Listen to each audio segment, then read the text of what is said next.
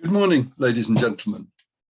Back in the 1970s, it probably was, when Japanese companies began to start building cars in the United Kingdom or to import cars into the United Kingdom in considerable numbers, they had a very informative advertising campaign, which went something like this: "Our cars don't half work."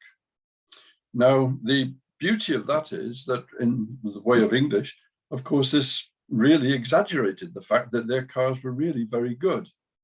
But on the flip side, it also pointed out that the English cars were really not quite so good because, in fact, they didn't half work.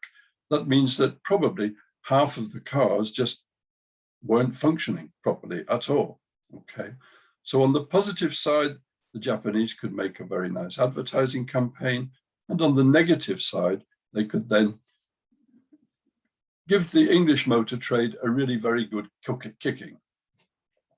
When we come now to Domestic Abuser Perpetrator Programmes, if I said to you, these courses don't half work, then you would anticipate that I was thinking that they were really very good. However, the sad side of the story is that they don't half work.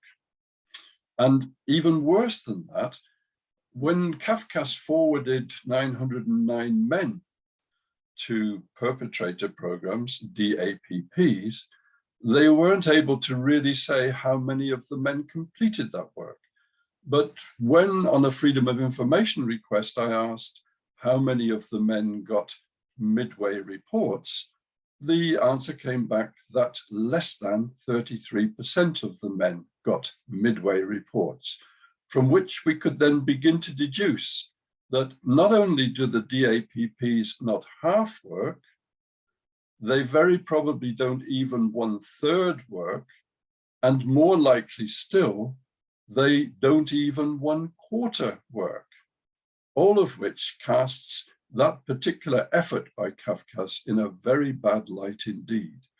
And that very bad light for Cafcass translates into an even worse light for families in the United Kingdom, because vast numbers of men, mainly, get separated from their children. And it works like this, that the man goes into a family court, he is accused of a number of abuses of his female partner. She gets legal aid to support her in her claims of domestic violence against him. The allegations are looked at in the court, and on the balance of probability, the judge decides that the man is either guilty of this or not guilty of this. If he is guilty of it, then of course he is guilty.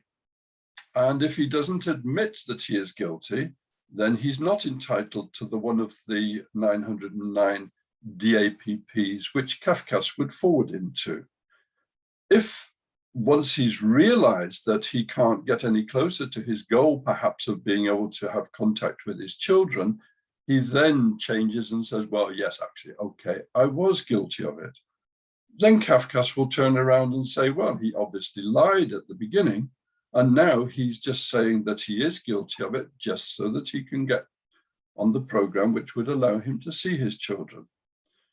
On the other side, the woman makes 6 allegations of various forms of abuse, 3 or 4 or 5 or 6 of which might get believed. If it doesn't get believed, she's not accused of lying and found guilty of that. And the children remain in her care and are open to all of the further abuses which she might try to impose on the children in keeping them separate from their father. Of course, there are cases where individuals do need to be separated from their parents.